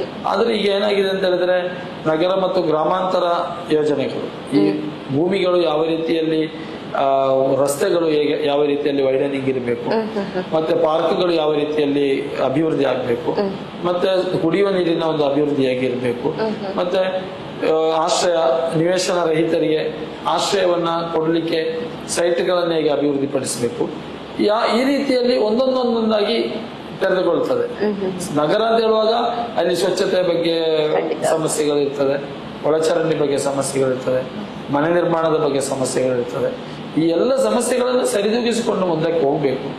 ಆದರೂ ಸುಳ್ಯದ ಅಭಿವೃದ್ಧಿಯಲ್ಲಿ ಸ್ಥಳೀಯ ಸಂಸ್ಥೆ, ಶಾಸಕರ ಮತ್ತು ಸಚಿವರುಗಳ ಒಂದು ಸಮನ್ವಯತೆಯೊಂದಿಗೆ ಸರ್ಕಾರದ ಮಟ್ಟದಲ್ಲಿ ಏನೆಲ್ಲ ಆಗ್ಬೇಕು ಅಂತ ಹೇಳಿ ನಾವು ಓಡಾಡಿಕೊಂಡು ಸುಳ್ಯಕ್ಕೆ ಒಂದು ಒಳ್ಳೆಯ ಪ್ರಭವನ ಆಗ್ಬೇಕು, ಸುಳ್ಯಕ್ಕೆ ಒಂದು ಒಳ್ಳೆಯ ಕಾಂಪ್ಲೆಕ್ಸ್ ಆಗ್ಬೇಕು, ಸುಳ್ಯಕ್ಕೆ ಒಂದು ಒಳ್ಳೆಯ ಕ್ರೀಡಾಂಗಣ ಆಗ್ಬೇಕು, ಈ ರೀತಿಯಲ್ಲಿ ಅನೇಕ, ಸುಳ್ಯಕ್ಕೆ ಒಳ್ಳೆಯ ವಿದ್ಯುತ್ ವ್ಯವಸ್ಥೆ ಇರುವಂತದ್ದಾಗಬೇಕು, ಸುಳ್ಯಕ್ಕೆ ಒಳ್ಳೊಳ್ಳೆ ಕೈಗಾರಿಕೆಗಳು ಬರಬೇಕು, ಸುಳ್ಯದಲ್ಲಿ ಪ್ರವಾಸೋದ್ಯಮ ಅಭಿವೃದ್ಧಿ ಆಗ್ಬೇಕು. ಈ ರೀತಿಯಲ್ಲಿ ಎಲ್ಲ ಅಭಿವೃದ್ಧಿಗಳು ಎಷ್ಟರ ಮಟ್ಟಿಗೆ ಆಗ್ತದೆ ಅಂತ ಹೇಳೋದಕ್ಕಿಂತ ಮುಖ್ಯವಾಗಿ ಅದನ್ನು ಯಾವ ರೀತಿಯಲ್ಲಿ ಮಾಡುವುದು, ಯಾವ ರೀತಿಯಲ್ಲಿ ಅದಕ್ಕೆ ಅವಕಾಶಗಳಿವೆ, ಯಾವ ರೀತಿಯಲ್ಲಿ ಅದಕ್ಕೆ ಸರ್ಕಾರದ ಅನುದಾನಗಳಿವೆ, ಯಾವ ರೀತಿಯಲ್ಲಿ ಪಬ್ಲಿಕ್ ಪಾರ್ಟ್ನರ್ಶಿಪ್ ಅಲ್ಲಿ ಯಾವುದು ಸಾರ್ವಜನಿಕ ಸಹಭಾಗಿತ್ವದಲ್ಲಿ ಸಾರ್ವಜನಿಕ ಸಂಸ್ಥೆಗಳ ಸಹಕಾರದೊಂದಿಗೆ ಮಾಡ್ಲಿಕ್ಕೆ ಸಾಧ್ಯ ಆಗ್ತದೆ ಅಂತ ಹೇಳೋದನ್ನ ನಾವು ಬೇರೆ ಬೇರೆ ವಿಧದಲ್ಲಿ ಮೀಟಿಂಗ್ ಅನ್ನ ಕರೆದು ಆ ಬಗ್ಗೆ ಒಂದು ರೂಪುರೇಷೆಯನ್ನ, ನೀಲ ನಕಾಶೆಯನ್ನ ರೂಪಿಸಬೇಕಾಗಿದೆ. ಆ ನಿಟ್ಟಿನಲ್ಲಿ ಒಂದು ಧನಾತ್ಮಕವಾದ ಚಿಂತನೆಯನ್ನ, ಪಾಸಿಟಿವ್ ಥಿಂಕಿಂಗ್ ಅನ್ನ ಮಾಡಲಿಕ್ಕೆ ನಾನು ಪ್ರಯತ್ನ ಪಡ್ತೇನೆ ಅಂತ ಮಾತ್ರ ಈ ಸಂದರ್ಭದಲ್ಲಿ. ಸೊ ಇನ್ನು ರಾಜಕೀಯ ಹಂತಕ್ಕೆ ಬರೋದಾದ್ರೆ ಕೆಪಿಸಿಸಿ ರಾಜ್ಯ ಪ್ರಧಾನ ಕಾರ್ಯದರ್ಶಿಗಳಾಗಿದ್ದೀರಾ ನೀವು. ಸೊ ಈ ಹಂತದಲ್ಲಿ ಸುಳ್ಯ ಪರಿಸರದಲ್ಲಿ, ಸುಳ್ಯ ಘಟಕದಲ್ಲಿ ಕಾಂಗ್ರೆಸ್ ಪಕ್ಷವನ್ನ ಯಾವ ರೀತಿ ಸಂಘಟಿಸಬೇಕು, ಬಲಪಡಿಸಬೇಕು ಅನ್ನೋದು, ಯಾಕಂದ್ರೆ ಈಗ ಬಿಜೆಪಿ ತೆಕ್ಕೆಯಲ್ಲಿ ಇದೆ. ಸೊ ಹಾಗಿರುವಾಗ ಇನ್ನು ಅಂದ್ರೆ ಪಕ್ಷ ಸಂಘಟನೆಯ ವಿಚಾರಕ್ಕೆ ಬಂದಾಗ ಚಿಂತನೆಗಳು ಬೇರೆ ಇರುತ್ತೆ. ಹಾಗೆ ಕೆ ಮುಸ್ತಫಾ ಅವರು ಯಾವ ರೀತಿಯ ಒಂದು ಚಿಂತನೆಗಳನ್ನ, ಯೋಜನೆಗಳನ್ನ ರೂಪಿಸಿಕೊಂಡಿದ್ದಾರೆ? ಪಕ್ಷ ಸಂಘಟನೆ ಬಗ್ಗೆ ಹೇಳುದಿದ್ರೆ ಸುಳ್ಯದಲ್ಲಿ ಕಾಂಗ್ರೆಸ್ ಬಲಿಷ್ಠವಾಗಿದೆ. ಒಂದು ಹಂತದಲ್ಲಿ 1300 ಒಟ್ಟಿಗೆ MLA ನಾವು ಕಳ್ಕೊಂಡ ಸಂದರ್ಭ ಕೂಡ ಇದೆ. ಜಿಲ್ಲಾ ಪಂಚಾಯತಿಯಲ್ಲಿ 4 ಜಿಲ್ಲಾ ಪಂಚಾಯತ್ ಕ್ಷೇತ್ರದಲ್ಲಿ 3 ಜಿಲ್ಲಾ ಪಂಚಾಯತ್ ಕ್ಷೇತ್ರವನ್ನ ಕಾಂಗ್ರೆಸ್ ಒಂದು ಕಾಲದಲ್ಲಿ ಪಡ್ಕೊಂಡಿದೆ. ಇನ್ನು ಮುಂದಕ್ಕೆ ಪಕ್ಷವನ್ನ ಸಂಘಟಿಸುವಲ್ಲಿ ಈಗ ಎಲ್ಲ ಲೀಡರ್ಗಳು ಒಂದಾಗಿದ್ದಾರೆ. ಮುಂದೆ ನಾವು ಅಲ್ಲಿ ಪಕ್ಷವನ್ನು ಸಂಘಟಿಸುವುದರ ಮೂಲಕ ನಾವು ಕಾಂಗ್ರೆಸ್ ಪಕ್ಷವನ್ನ ಸ್ಥಳೀಯ ಸಂಸ್ಥೆಗಳಲ್ಲಿ MLA ಹಂತದವರೆಗೆ ಕೂಡ ಗೆಲ್ಲಿಸಬೇಕು ಅಂತ ಒಂದು ದೃಷ್ಟಿಕೋನ. ಈಗ ಅಂತ ಹೇಳಿದ್ರೆ ಎಲ್ಲ ಸರ್ಕಾರದ ಎಲ್ಲಾ ನಾಮನಿರ್ದೇಶನಗಳಾಯ್ತು, ಇವರನ್ನೆಲ್ಲ ಪಕ್ಷದಲ್ಲಿ ತೊಡಗಿಸಿಕೊಂಡು ಅನೇಕ ಸಮಿತಿಗಳಾಯ್ತು. ಆ ಸಮಿತಿಯಲ್ಲಿ ಅವಕಾಶ ಸಿಕ್ಕಿದೆ ಕಾರ್ಯಕರ್ತರಿಗೆ. ಇಷ್ಟೊಂದು ಅವಕಾಶ ಇದರ ಮೊದಲು ಸಿಕ್ಕಿರಲಿಲ್ಲ. ಬಹುಶಃ ಈ ಅವಕಾಶವನ್ನ ನಮ್ಮ ನಾಯಕರು ಬೆಳೆಸಿಕೊಂಡು ಮುಂದೆ ಪಕ್ಷವನ್ನು ಬಲಿಷ್ಠವಾಗಿ ಸಂಘಟಿಸಲಿಕ್ಕೆ ಸಾಧ್ಯ ಆಗ್ತದೆ. ಆ ದೃಷ್ಟಿಯಲ್ಲಿ ನಾವು ಕೂಡ ನಮ್ಮ ಸಹಕಾರವನ್ನ ನೀಡಲಿಕ್ಕೆ ಬದ್ಧವಾಗಿದೆ ಅಂತ ಈ ಸಂದರ್ಭದಲ್ಲಿ ಕೇಳಲೇಬೇಕಾದಂತ ಪರಿಸ್ಥಿತಿ ಅಂತ ಹೇಳ್ಬೋದು. ಯಾಕಂತ ಹೇಳಿದ್ರೆ ದಕ್ಷಿಣ ಕನ್ನಡ ಜಿಲ್ಲೆ ಅಂತ ತೆಗೆದುಕೊಂಡಾಗ ಬಹಳಷ್ಟು ಒಂದು ಕಾಂಗ್ರೆಸ್ ಅನ್ನುವಂಥದ್ದು ಭದ್ರ ಬುನಾದಿಯಾಗಿತ್ತು.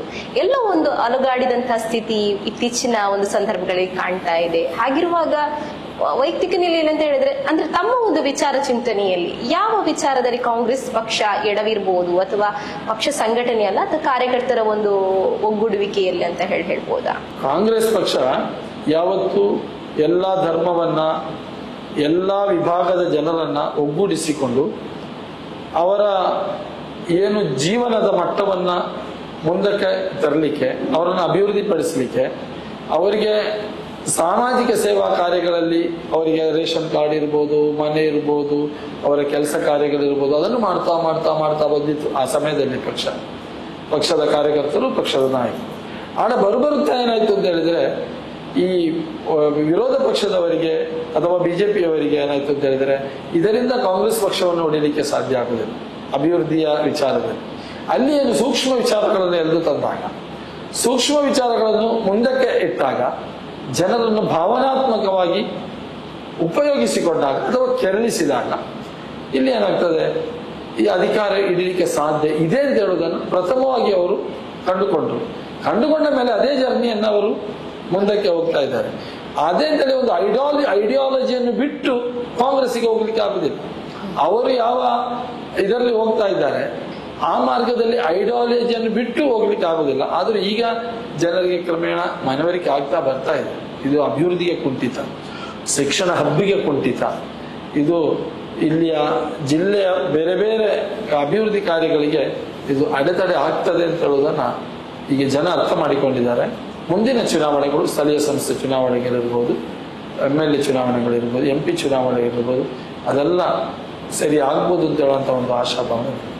ಓಕೆ, ಬಹಳಷ್ಟು ವಿಚಾರಗಳು ನಿಮ್ಮಿಂದ ಬಂತು. ಹೆಚ್ಚಾಗಿ VLTV ಇಂತಹ ವಿಶೇಷ ವ್ಯಕ್ತಿಗಳ ಸಂದರ್ಶನ, ನಿಮ್ಮಂಥವರ ಸಂದರ್ಶನ ಮಾಡುವುದು ಏನಕ್ಕಂತ ಹೇಳಿದ್ರೆ ಯುವಕರ ಒಂದು ದೃಷ್ಟಿಯಿಂದ ಭಾರತದ ಸುದೀರ್ಘವಾದಂತಹ ಒಂದು ಉತ್ತಮವಾದ ಇತಿಹಾಸ ನಿರ್ಮಾಣದ ಒಂದು ಹಂತ. ಯಾಕಂದ್ರೆ ಹೇಳಿದ್ರೆ ಇತ್ತೀಚಿನ ದಿನಗಳಲ್ಲಿ ಯುವಕರು ಹಾದಿ ತಪ್ಪುವಲ್ಲಿ ಎಲ್ಲೋ ಹೋಗ್ತಾ ಇದ್ದಾರೆ. ಯಾಕೆಂದ್ರೆ ಅವಕಾಶಗಳು, ಅದರಲ್ಲದೆ ಏನು ಅವರಿಗೆ ಸಿಗುವಂತಹ ಸೌಲಭ್ಯಗಳು ಹೆಚ್ಚಾಗಿ ಹತ್ತಿರಕ್ಕೆ ಸಿಕ್ಕಿದ ತಕ್ಷಣ ಅವರು ಎಲ್ಲೋ ಒಂದು ದಿಕ್ಕು ತಪ್ತಾ ಇದ್ದಾರೆ ಅನ್ನುವಂಥ ಚಿಂತನೆ. ಆದ್ರೆ ಕಠಿಣತೆಯಲ್ಲೂ ಕೂಡ ಕಬ್ಬಿಣವನ್ನ ನಾವು ಸುಲಭವಾಗಿ ಕಡಲೆಯಂತೆ ಮಾಡಿಕೊಳ್ಬಹುದು ಅನ್ನುವಂಥ ರೀತಿಯನ್ನ ನೀವು ಬದುಕನ್ನ ಕಂಡುಕೊಂಡವರು. ಈ ಬದುಕಿನ ಒಂದು ಹಾದಿಯಲ್ಲಿ ಯುವಕರಿಗೆ ಇತ್ತೀಚಿನ ದಿನಗಳಲ್ಲಿ ನೀವು ನೀಡುವಂತಹ ಒಂದು ಕೆಲವೊಂದು ಪ್ರಯೋಜನಕಾರಿ ಚಿಂತನೆಗಳು, ವಿಚಾರಗಳು ಹೇಗಿರುತ್ತೆ? ಯಾಕೆಂದ್ರೆ ಪ್ರಥಮವಾಗಿ ಈಗ ಇರುವಂತಹ ಮಾದಕ ದ್ರವ್ಯಗಳು, ಈ ಮಾದಕ ದ್ರವ್ಯಗಳ ಏನು ಅದಕ್ಕೆ ಬಲಿಯಾಗ್ತಾ ಇದ್ರೆ ಆ ಚಟಕ್ಕೆ, ಅಲ್ಲಿಂದ ಹೊರಗೆ ಬರಲಿಕ್ಕೆ ಸಾಧ್ಯ ಆಗುದಿಲ್ಲ. ಯಾವಾಗ ನಾವು ಹೊರಗೆ ವಿದ್ಯಾಭ್ಯಾಸವನ್ನ, ಈಗ ಏನಾಗಿದೆ ವಿದ್ಯಾಭ್ಯಾಸ ಪಡೆದ್ರೆ ಸಾಕಾಗುದಿಲ್ಲ. ಮೊದಲು ನಾವೆಲ್ಲ ನಮ್ಮ ಕಾಲದಲ್ಲಿ ಪಾಸ್ ಆದ್ರೆ ಸಾಕಿತ್ತು, ಈಗ 90% ಬೇಕು. ಮಾತ್ರ ಶಿಕ್ಷಣ ಪಡೆದಾದ್ರೆ ಮಾತ್ರ ಸಾಲ, ಅದರಲ್ಲಿ ಪ್ರತಿಭಾನ್ವಿತ ಬೇಕು, ಅದರಲ್ಲಿ ತರಬೇತಿಗಳು ಬೇಕು, ಅದರಲ್ಲಿ ಟ್ರೈನಿಂಗ್ಗಳು ಬೇಕು. ಆಗ ಬೇರೆ ಬೇರೆ ಊರಿಗೆ ಹೋಗ್ಬೇಕಾದ್ರೆ ತಂದೆ ತಾಯಿಯನ್ನ ಬಿಟ್ಟು, ಮನೆಯನ್ನ ಬಿಟ್ಟು ಬೇರೆ ಊರಿಗೆ ಹೋಗ್ಬೇಕಾಗ್ತದೆ. ಶಿಕ್ಷಣದ ಮಟ್ಟ ಹೋಗ್ಬೇಕು. ಆದ್ರೆ ಹೋಗುವ ವಿದ್ಯಾರ್ಥಿಗಳಿಗೆ ಏನಾಗಿದೆ ಅಂತ ಹೇಳಿದ್ರೆ, ತಂದೆ ತಾಯಿಯನ್ನು ಕೂಡ ದಾರಿ ತಪ್ಪಿಸಿ, ಊರಿನವರನ್ನು ಕೂಡ ದಾರಿ ತಪ್ಪಿಸಿ, ಅವರ ಹತ್ರ ಸುಳ್ಳು ಹೇಳಿಕೊಂಡು ಇಲ್ಲಿ ಬೇರೆ ರೀತಿಯ ಜೀವನವನ್ನ ಮಾಡುವಂತ ಆ ಒಂದು ಆಧುನಿಕವಾದಂತ ಇದಕ್ಕೆ ಬಲಿ ಬಿದ್ದು ಅಂತಿಮವಾಗಿ ಏನಾದರೂ ಸಿಕ್ಕಾಕೊಂಡಾಗ ತಂದೆ ತಾಯಿಗೆ ಗೊತ್ತಾಗುವಂತ ಪರಿಸ್ಥಿತಿ ನಿರ್ಮಾಣ ಆಗ್ತದೆ. ಅಲ್ಲಿ ವಿದ್ಯಾರ್ಥಿಗಳಿಗೆ ಜಾಗೃತಿ ಇಲ್ಲ, ಯುವಕರಿಗೆ ಜಾಗೃತಿ ಇಲ್ಲ. ಎರಡನೇದು, ಈಗಿನ ಪರಿಸ್ಥಿತಿ ಏನಾಗಿದೆ ಅಂದ್ರೆ, ಅವರು ಕಲಿತು ಈಗಿನ ಈ IT ಬಿಟಿ ಮತ್ತು ಬೇರೆ ಬೇರೆ ಕಂಪನಿಗಳ ಬೇರೆ ಬೇರೆ ಉದ್ಯೋಗ ಅವಕಾಶಗಳಿಂದ ಅವ್ರಿಗೆ ಏನಾಗಿದೆ ಅಂದ್ರೆ ಬಿಡುವಿಲ್ಲದ ಈ ಒಂದು ಇದರಲ್ಲಿ ತಂದೆ ತಾಯಿಯ ಕುಟುಂಬದವರನ್ನು, ಸ್ನೇಹಿತರನ್ನು ಕೂಡ ದೂರ ಮಾಡುವಂತ ಒಂದು ಪರಿಸ್ಥಿತಿಯಲ್ಲಿ ಬಂದಿದೆ. ಇದರಿಂದ ಆ ಕುಟುಂಬದ ಬಾಂಧವ್ಯಗಳು ಇವತ್ತು ಬಹಳ ಕಡಿಮೆ ಆಗ್ತಾ ಇದೆ, ಬಹಳ ದೂರ ಆಗ್ತಾ ಇದೆ. ಮತ್ತೆ ಏನಾಗಿದೆ, ನಾನು, ನನ್ನ ಹೆಂಡತಿ, ನನ್ನ ಮಕ್ಕಳು ಅಂತ ಹೇಳುವಂತ ಒಂದು ಪರಿಪಾಠ ಈಗ ಬಂದಿದೆ. ನಾವೇ ನಮ್ಮ ಎಂಜಾಯ್ ಮಾಡಿಕೊಂಡು ಇಂದಿಗೆ ನಾಳೆ ನಾವು ಹೇಳ್ತೇವೆ, ಅದೇ ನಮಗೆ ಸಾಕು, ಅದೇ ನಮ್ಮ ಜೀವನ ಅಂತ ಹೇಳುವ ದೃಷ್ಟಿಯಲ್ಲಿ ಅವರು ಮುಂದೆ ಹೋದಾಗ ಮತ್ತೆ ಅವರಿಗೆ ದಾರಿ ಕಾಣೋದಾಗ್ತದೆ. ಆಗ ಆತ್ಮಹತ್ಯೆಗಳು, ಬೇರೆ ಬೇರೆ ರೀತಿಯಲ್ಲಿ ಅವರು ಸಮಾಜದಲ್ಲಿ ಕ್ರಿಮಿನಲ್ಗಳಾಗುವುದಾಗ್ಲಿ, ಆ ಬೇರೆ ಬೇರೆ ದಾರಿಯನ್ನು ಕಂಡುಕೊಳ್ಳುವಂತಹ ಸಂದರ್ಭಗಳು ಬರ್ತದೆ. ಆದ್ರಿಂದ ಮೊದಲೇ ಸರಿಯಾದ ಮಾರ್ಗದಲ್ಲಿ ಹೆಜ್ಜೆ ಹಾಕಿದರೆ, ಸರಿಯಾದ ಮಾರ್ಗದರ್ಶನದಲ್ಲಿ ಮುಂದೆ ಹೋದರೆ ಮತ್ತು ಜೀವನ ಯಾವ ರೀತಿಯಲ್ಲಿ ಸಾಧಿಸಬೇಕು, ಯಾವ ರೀತಿಯಲ್ಲಿ ನಾವು ಜೀವನದಲ್ಲಿ ಮುಂದೆ ಹೋಗ್ಬೇಕು ಒಂದು ಮುಂದಾಲೋಚನೆ ನೆಟ್ಟುಕೊಂಡ್ರೆ ಮತ್ತೆ ಪರಿತಪಿಸಬೇಕಾದ ಅವಶ್ಯಕತೆ ಇರುವುದಿಲ್ಲ. ಆದ್ದರಿಂದ ಯುವಕರಲ್ಲಿ ನಾನು ಪ್ರಥಮವಾಗಿ ಹೇಳುವಂಥದ್ದು, ಒಂದು ತಂದೆ ತಾಯಿ ಕುಟುಂಬದ ಬಾಂಧವ್ಯವನ್ನು ದೂರ ಮಾಡಬಾರ್ದು. ಎರಡನೇದು, ಒಳ್ಳೆಯ ಸ್ನೇಹಿತರನ್ನು ಪಡಿಬೇಕು. ಮೂರನೇದು, ಯಾವುದೇ ಧರ್ಮದವನಾಗಲಿ ಆ ಧರ್ಮದ ತಿರುಳನ್ನು ಪಡೆದುಕೊಂಡು ಆ ಧರ್ಮದ ಹಾದಿಯಲ್ಲಿ ನಡೆಯುವಂತಹ ಒಂದು ಕೆಲಸಗಳನ್ನ ಮಾಡುವಂತಾಗಬೇಕು. ಆಗ ಅವನ ಆಧ್ಯಾತ್ಮಿಕ ಚಿಂತನೆಗಳು, ಆಧ್ಯಾತ್ಮಿಕ ಜೀವನ, ಸಾಮಾಜಿಕವಾದ ಚಿಂತನ ಮತ್ತು ಸಮಾಜ ಸೇವೆಯಲ್ಲಿ ತೊಡಗಿಸಿಕೊಳ್ಬೇಕು. ಆಗ ಸಾಮಾಜಿಕ ಚಿಂತನೆಗಳು ಬರ್ತದೆ. ಶೈಕ್ಷಣಿಕವಾಗಿ ಕಲಿತಾಗ ಈಗ ಏನಾಗಿದೆ, ಶಿಕ್ಷಣ ಪಡಿತಾರೆ, ಅದರಲ್ಲಿ ನೈತಿಕತೆ ಇರುವುದಿಲ್ಲ. ಆ ನೈತಿಕತೆಯ ಮೂಲಕ ಸಮಾಜದಲ್ಲಿ ಒಳ್ಳೆಯ ವ್ಯಕ್ತಿಯಾಗಿ ಗುರುತಿಸಿಕೊಳ್ಳಿಕ್ಕೆ ನೀವು ಪ್ರಯತ್ನ ಪಡಬೇಕು ಅಂತ ಹೇಳುವುದನ್ನ ನಾನು ಈ ಸಂದರ್ಭದಲ್ಲಿ ವಿನಂತಿಸಿಕೊಳ್ತೇನೆ. ಬಹಳ ಒಂದು ಉತ್ತಮ ವಿಚಾರ. ಧರ್ಮದ ನಡೆಯೊಂದಿಗೆ ಸಾಮಾಜಿಕ ಕಳಕಳಿ, ನೈತಿಕ ಶಿಕ್ಷಣದೊಂದಿಗೆ ಉತ್ತಮ ಭವಿಷ್ಯ, ಇದೇ ಯುವಕರಿಗೆ ನೀಡುವಂತಹ ಉತ್ತಮವಾದಂತಹ ವಿಚಾರ, ಅವರಿಗೊಂದು ಕಿವಿ ಮಾತು ಅಂತ ಹೇಳ್ಬೋದು. ವಿಎಲ್ ಟಿವಿಯಲ್ಲಿ ಬಹಳಷ್ಟು ವಿಚಾರಗಳನ್ನ KM ಮುಸ್ತಫಾ ಅವರು ಕನಸುಗಾರರಾಗಿ, ಛಲಗಾರರಾಗಿ ಒಂದು ಸುಳ್ಯ ಅನ್ನುವಂತಹ ಒಂದು ಪುಟ್ಟ ಹಳ್ಳಿಯನ್ನ ಇವತ್ತು ನಗರಾಭಿವೃದ್ಧಿಯಾಗಿ ಇನ್ನಷ್ಟು ಉತ್ತಮ ಮಟ್ಟಕ್ಕೆ ಏರಿಸಬೇಕು ಅನ್ನುವಂತಹ ಚಿಂತನೆಯಲ್ಲಿ ಪ್ರಾಧಿಕಾರವನ್ನ ಹುಟ್ಟುಹಾಕಿ ಅದರ ಪ್ರಪ್ರಥಮ ಇತಿಹಾಸವನ್ನ ಸೃಷ್ಟಿಸುವಂತ ರೀತಿಯಲ್ಲಿ ಅಧ್ಯಕ್ಷರಾಗಿ ಇವತ್ತು ನೀವು ಆ ಒಂದು ಹುದ್ದೆಯನ್ನು ನಿರ್ವಹಿಸ್ತಾ ಇದ್ದೀರಾ. ಮತ್ತಷ್ಟು ಹುದ್ದೆಗಳು, ಮತ್ತಷ್ಟು ಕಾರ್ಯಗಳು ತಮ್ಮ ಒಂದು ಚಿಂತನೆಯಲ್ಲಿ ಅಭಿವೃದ್ಧಿಗಳು ಸುಳ್ಯ ಪರಿಸರದಲ್ಲಿ ನಡೆಯಲಿ. ಆ ಕೇವಲ ಸುಳ್ಯ ಪರಿಸರ ಅಲ್ಲ, ಇಡೀ ದೇಶಕ್ಕೆ ಮಾದರಿಯಾಗಲಿ ಅನ್ನುವಂತಹ ಒಂದು ಚಿಂತನೆ ನಮ್ದು. ಹಾಗಾಗಿ ವಿಎಲ್ ಟಿವಿಯಲ್ಲಿ ಇಷ್ಟು ಹೊತ್ತು ತಮ್ಮ ಅಮೂಲ್ಯವಾದ ಸಮಯವನ್ನ ನೀಡಿ ನಮಗೆ ಹಲವಾರು ವಿಚಾರಗಳನ್ನು ತಿಳಿಸಿಕೊಟ್ಟಿದ್ದಕ್ಕೆ ವಿಎಲ್ ಟಿವಿ ಪರವಾಗಿ ಹೃತ್ಪೂರ್ವಕ ಕೃತಜ್ಞತೆಗಳನ್ನ ನಾನು ನಿಮ್ಗೆ ಸಲ್ಲಿಸ್ತಾ ಇದ್ದೇನೆ. ಅದರ ಜೊತೆಗೆ ನಿಮ್ಗೆ ಅಭಿನಂದನೆಗಳನ್ನು ಕೂಡ ನಾನು ಸಲ್ಲಿಸ್ತಾ ಇದ್ದೇನೆ ಸರ್. Thank you. ಟಿವಿಯ ಬಗ್ಗೆ ಕೂಡ ಕೇಳಿದ್ದೇನೆ. ಬಹಳಷ್ಟು ಒಳ್ಳೆ ಜನರನ್ನು ಇಂಟರ್ವ್ಯೂ ಮಾಡಿ ಸಮಾಜಕ್ಕೆ ಒಳ್ಳೊಳ್ಳೆಯ ಸಂದೇಶವನ್ನ ಕೆಲಸತಕ್ಕಂಥ. ಇವತ್ತು ಮೀಡಿಯಾಗಳು ಅಂತ ಹೇಳಿದ್ರೆ ಕೆಲವೊಮ್ಮೆ ಮೀಡಿಯಾಗಳು ಬೇರೆ ಬೇರೆ ರೀತಿಯಲ್ಲಿ ಹೋಗುವಂತ ಸಂದರ್ಭಗಳಿವೆ. ಆದ್ರೆ ಈ ವಿಎಲ್ ಟಿವಿ ಅಂತ ಹೇಳುವಂಥದ್ದು ಒಳ್ಳೆ ರೀತಿಯಲ್ಲಿ ಸಮಾಜಮುಖಿಯಾದಂತಹ ಕೆಲಸಗಳನ್ನು, ಸಮಾಜಮುಖಿಯಾದ ಕಾರ್ಯಗಳನ್ನು ಎತ್ತಿ ತೋರಿಸಿಕೊಂಡು ಸಮಾಜಕ್ಕೆ ಒಳ್ಳೆಯ ಒಂದು ಸನ್ಮಾರ್ಗವನ್ನ ತೋರಿಸ್ತಾ ಇದ್ದೀರಿ. ಅದಕ್ಕಾಗಿ ಕೂಡ ನಿಮಗೆ ನಾನು ಹೃತ್ಪೂರ್ವಕ ಧನ್ಯವಾದಗಳನ್ನು ಸಮರ್ಪಿಸ್ತಾ ಇದ್ದೀನಿ. ಧನ್ಯವಾದಗಳು ಸರ್. ಬಹಳ ಒಂದು ನಿಜವಾದ ಮಾತು ಅಂತ ಹೇಳ್ಬೋದು. ಸ್ವಾಸ್ಥ್ಯ ಸಮಾಜದ ನಿರ್ಮಾಣಕ್ಕೆ ಯುವಕರ ಕಣ್ಮಣಿಗಳ ಒಂದು ಹಸ್ತ ಬೇಕೇ ಬೇಕು. ಆದ್ರೆ ಏನಂತ ಹೇಳಿದ್ರೆ ಇತ್ತೀಚಿನ ದಿನಗಳಲ್ಲಿ ಆಧುನಿಕತೆಯ ಒಂದು ಏನ್ ಹೇಳ್ತಾರೆ, ಕಲರ್ಫುಲ್ ಬದುಕು ಅಂತ ಹೇಳ್ಬೋದು. ಅಂತ ಒಂದು ಬದುಕಿನಲ್ಲಿ ಎಲ್ಲೋ ಒಂದು ನೈಜತೆಯನ್ನ ಮರಿತಾ ಇದ್ದಾರೆ ಅಂತ ಹೇಳಿ ಕಾಣಿಸುತ್ತೆ. ಅಂತಹ ಯುವಕರಿಗೆ ಕಿವಿಮಾತಿನ ರೂಪದಲ್ಲಿ ಉತ್ತಮವಾದ ನಿದರ್ಶನವೆಂಬಂತೆ ಸಮಾಜದ ಕಳಕಳಿಯನ್ನ ಇಟ್ಟುಕೊಂಡು ಸ್ವಾಸ್ಥ್ಯ ಸಮಾಜದ ನಿರ್ಮಾಣಕ್ಕೆ ವಿಎಲ್ ಟಿವಿ ನಿರಂತರವಾಗಿ ಇಂತಹ ಒಂದು ಅಭಿವ್ಯಕ್ತಿ ಇರುವಂತಹ ಒಂದು ಚಿಂತನೆಯುಳ್ಳಂತಹ ವ್ಯಕ್ತಿಗಳನ್ನ ನಿಮಗೆ ಪರಿಚಯಿಸ್ತಾ ಇದೆ. ಈ ಒಂದು ವ್ಯಕ್ತಿತ್ವ ಉಳ್ಳಂತಹ ವಿಶೇಷ ವ್ಯಕ್ತಿ ಪರಿಚಯಕ್ಕೆ KM ಮುಸ್ತಫಾ ಅವರು ಇವತ್ತು ನಮ್ ಜೊತೆ ಇದ್ರು. ಹಲವಾರು ವಿಷಯಗಳನ್ನು ನಮ್ಮ ಜೊತೆ ಹಂಚಿಕೊಂಡ್ರು. ಮಗದೊಮ್ಮೆ ಅವರಿಗೆ ವಿಎಲ್ ಟಿವಿಯ ಪರವಾಗಿ ಹೃತ್ಪೂರ್ವಕ ಕೃತಜ್ಞತೆಗಳನ್ನು ಹೇಳಿಕೊಳ್ಳುತ್ತಾ, ಇಂತಹ ವ್ಯಕ್ತಿಗಳ ಸಂದರ್ಶನದ ಜೊತೆಗೆ ಬಹಳಷ್ಟು ಕಾರ್ಯಕ್ರಮಗಳನ್ನ ನೀವು ನೋಡ್ಬೇಕಾದ್ರೆ ನೀವು ಮಾಡಬೇಕಾಗಿರುವುದು ಇಷ್ಟೇ, ವಿಎಲ್ ಟಿವಿಯನ್ನ ಸಬ್ಸ್ಕ್ರೈಬ್ ಮಾಡಬೇಕು. ಅದರ ಜೊತೆಗೆ ನಿಮ್ಮ ಸ್ನೇಹಿತರಿಗೂ ಕೂಡ ಶೇರ್ ಮಾಡುವ ಮುಖಾಂತರ ಒಳ್ಳೆ ವಿಷಯಗಳನ್ನ ಅವರಿಗೂ ಕೂಡ ತಿಳಿಸ್ತಾ ಸ್ವಾಸ್ಥ್ಯ ಸಮಾಜದ ನಿರ್ಮಾಣಕ್ಕೆ ನಮ್ಮೊಂದಿಗೆ ಕೈ ಜೋಡಿಸಬೇಕು. ಧನ್ಯವಾದಗಳು.